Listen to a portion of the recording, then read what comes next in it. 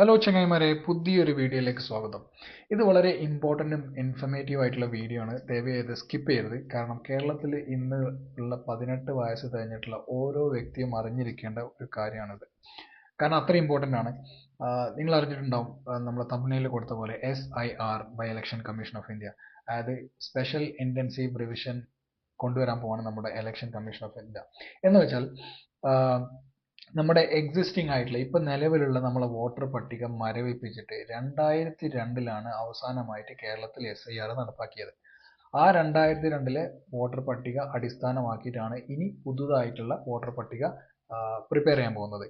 അപ്പോൾ നമ്മൾ ഒട്ടുമിക്ക ആൾക്കാരുടെ പേരും 2002 വോട്ടർ പട്ടികയിൽ ഉണ്ടാവില്ല. എസ്പെഷ്യലി നമ്മൾ 80s 90s കിഡ്സിനൊന്നും 2002 18 വയസ്സായിട്ടില്ല. അപ്പോൾ തീർച്ചയായിട്ടും അവരുടെ പേര് വോട്ടർ പട്ടികയിൽ ഉണ്ടാവില്ല. എന്നാൽ നമ്മുടെ മാതാപിതാക്കളുടെ പേര് ഉണ്ടാവാൻ ചാൻസ് കൂടുതലാണ്.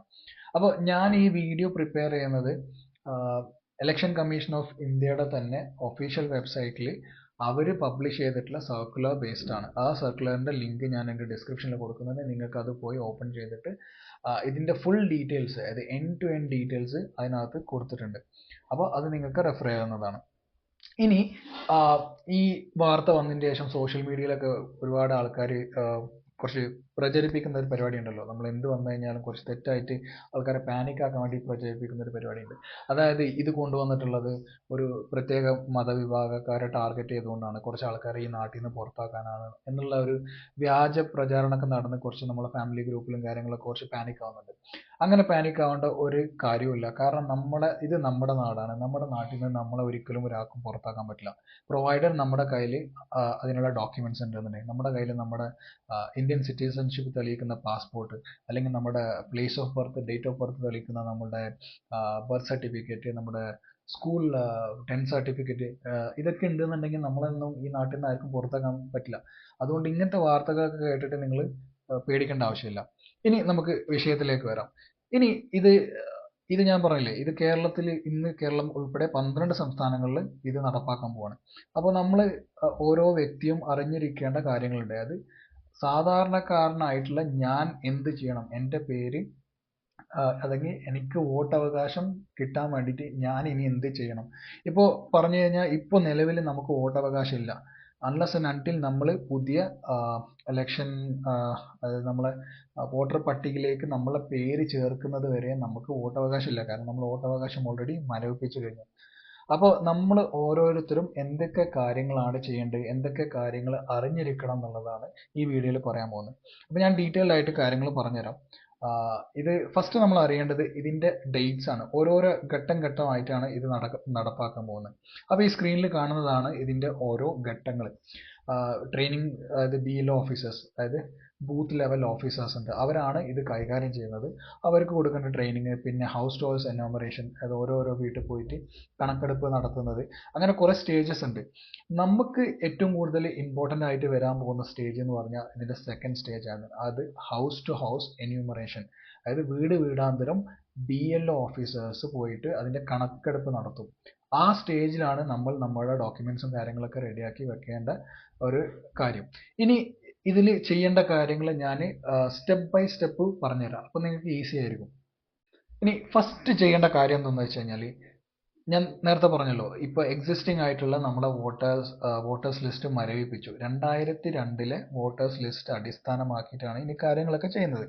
അപ്പോൾ 2002 വോട്ടേഴ്സ് ലിസ്റ്റിൽ നമ്മുടെയോ അല്ലെങ്കിൽ നമ്മുടെ മാതാപിതാക്കളുടെ പേരുണ്ടോ എന്ന് ആദ്യം പോയി നോക്കണം. അതിനെന്ത് ചെയ്യണമെന്ന് വെച്ച് കഴിഞ്ഞാൽ, നമ്മുടെ ഡിസ്ക്രിപ്ഷനകത്ത് നമ്മുടെ ഇലക്ഷൻ കമ്മീഷൻ ഓഫ് ഇന്ത്യയുടെ ഒഫീഷ്യൽ വെബ്സൈറ്റിൽ ഇത് അവൈലബിൾ ആണ്. അതിൻ്റെ ലിങ്ക് കൊടുത്തിട്ടുണ്ട്. നിങ്ങൾ അവിടെ പോവുക.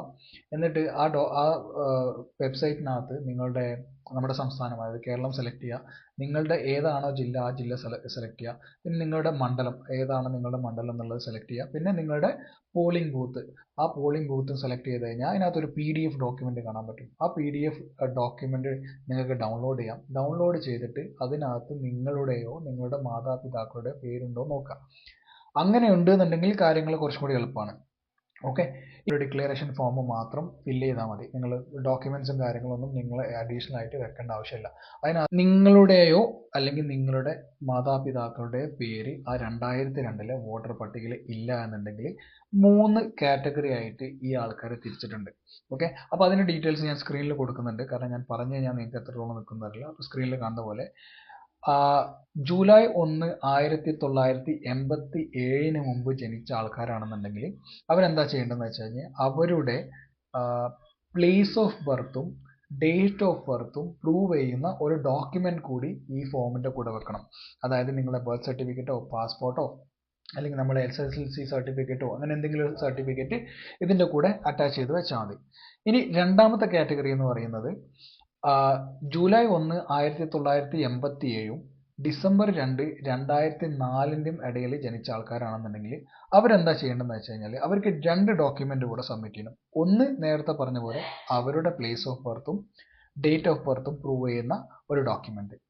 രണ്ടാമത് പാരൻസിൽ ആരെങ്കിലും ഒരാളുടെ ഡേറ്റ് ഓഫ് ബർത്തും പ്ലേസ് ഓഫ് ബർത്തും പ്രൂവ് ചെയ്യുന്ന ഒരു ഡോക്യുമെന്റ്. ഉദാഹരണത്തിന് എനിക്കാണെന്നുണ്ടെങ്കിൽ എൻ്റെ ഒരു പാസ്പോർട്ട് കോപ്പി അല്ലെങ്കിൽ എൻ്റെ ഫാദറിൻ്റെ പാസ്പോർട്ട് കോപ്പി അല്ലെങ്കിൽ മദറിൻ്റെ പാസ്പോർട്ട് കോപ്പി, ഇതിൽ ഏതെങ്കിലും 2 ഡോക്യുമെന്റ് സബ്മിറ്റ് ചെയ്യാം.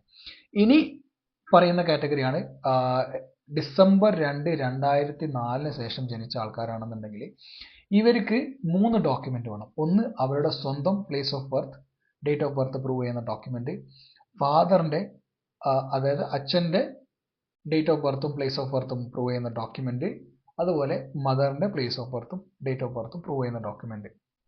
ഇനി നിങ്ങൾ ജനിച്ചത് ഇന്ത്യക്ക് പുറത്താണെന്നുണ്ടെങ്കിൽ നിങ്ങളുടെ ഇന്ത്യക്ക് പുറത്ത് നിങ്ങൾക്ക് കിട്ടിയിട്ടുള്ള ബർത്ത് സർട്ടിഫിക്കറ്റ്, അതായത് ഇന്ത്യൻ എംബസിയിൽ നിന്ന് കിട്ടിയിട്ടുള്ള ബർത്ത് സർട്ടിഫിക്കറ്റ് അല്ലെങ്കിൽ നിങ്ങളുടെ വിസയുടെ കോപ്പി നിങ്ങൾ ഇതിൻ്റെ കൂടെ വെക്കേണ്ടതാണ്. ഇത്രയും നിങ്ങൾക്ക് ക്ലിയർ ആയെന്ന് വിചാരിക്കുന്നു.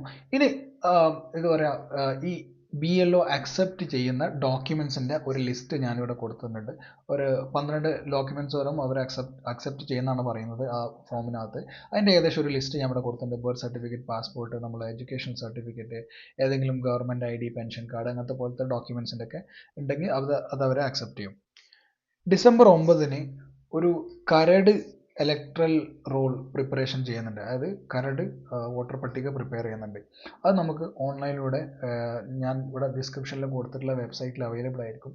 അത് ഡൗൺലോഡ് ചെയ്തിട്ട് നമ്മുടെ പേര് അതിനകത്ത് വന്നിട്ടുണ്ടോ എന്ന് നോക്കണം. അതായത് നമ്മുടെ ഈ പ്രോസസ്സും കാര്യങ്ങളൊക്കെ ചെയ്തിട്ട് നമ്മുടെ പേര് വന്നിട്ടുണ്ടോ എന്ന് നോക്കണം.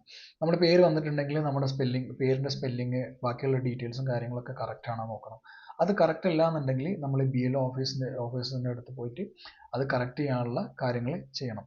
ഓക്കെ, ഇനി പേര് അല്ലെങ്കിൽ നമ്മുടെ ഡീറ്റെയിൽസ് അതിനകത്ത് വന്നിട്ടില്ല എന്നുണ്ടെങ്കിലും നമ്മൾ എന്ത് ചെയ്യണം എന്ന് വെച്ച് കഴിഞ്ഞാൽ 9 ഡിസംബർ മുതൽ ജാനുവരി 8 വരെ നമുക്ക് നമ്മുടെ പേര് തിരിച്ചതിലേക്ക് ആഡ് ചെയ്യാനും എന്തെങ്കിലും കറക്ഷനൊക്കെ ഉണ്ടെങ്കിൽ ചെയ്യാനുള്ള ഓപ്ഷൻ ഉണ്ട്. അത് കഴിഞ്ഞാൽ പിന്നെ ഡിസംബർ 9 മുതൽ, അതായത് 2025 ഡിസംബർ 9 മുതൽ ജനുവരി 31 വരെ ഹിയറിങ്ങും വെരിഫിക്കേഷനും കാര്യങ്ങളൊക്കെ ആയിട്ടുള്ള ഒരു ഇതുണ്ട്. അപ്പോൾ നമുക്ക് എന്തെങ്കിലും നമ്മുടെ പേരിലോ അല്ലെങ്കിൽ നമ്മുടെ അഡ്രസ്സിലോ എന്തെങ്കിലും മാറ്റങ്ങൾ വരുത്തണം, അല്ലെങ്കിൽ എന്തെങ്കിലും കറക്ഷൻ ഉണ്ട്, അല്ലെങ്കിൽ നമ്മുടെ പേര് അതിന് ഒമിറ്റ് ആയിട്ട് പോയിട്ടുണ്ടെന്നുണ്ടെങ്കിൽ ഈ പീരിയഡിൽ നമുക്കത് ആഡ് ചെയ്യാനും എന്താ പറയുക അപ്ഡേറ്റ് ചെയ്യാനും സാധിക്കുന്നതാണ്. ഇനി ഇതെല്ലാം കഴിഞ്ഞിട്ട്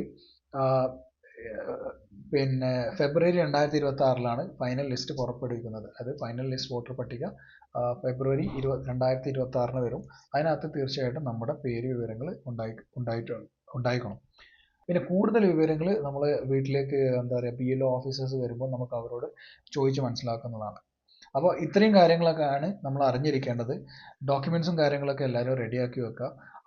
ആദ്യം ചെയ്യേണ്ടത് നിങ്ങളുടെ പേരുണ്ടോ, നിങ്ങളുടെ പാരൻസിൻ്റെ പേരുണ്ടോ നോക്കുക. അതിനനുസരിച്ചുള്ള ആക്ഷൻസ് നിങ്ങൾ എടുക്കുക. അപ്പോൾ ഈ വീഡിയോ എല്ലാവർക്കും ഉപകാരപ്പെട്ടു എന്ന് വിചാരിക്കുന്നു. അപ്പോൾ താങ്ക് യു.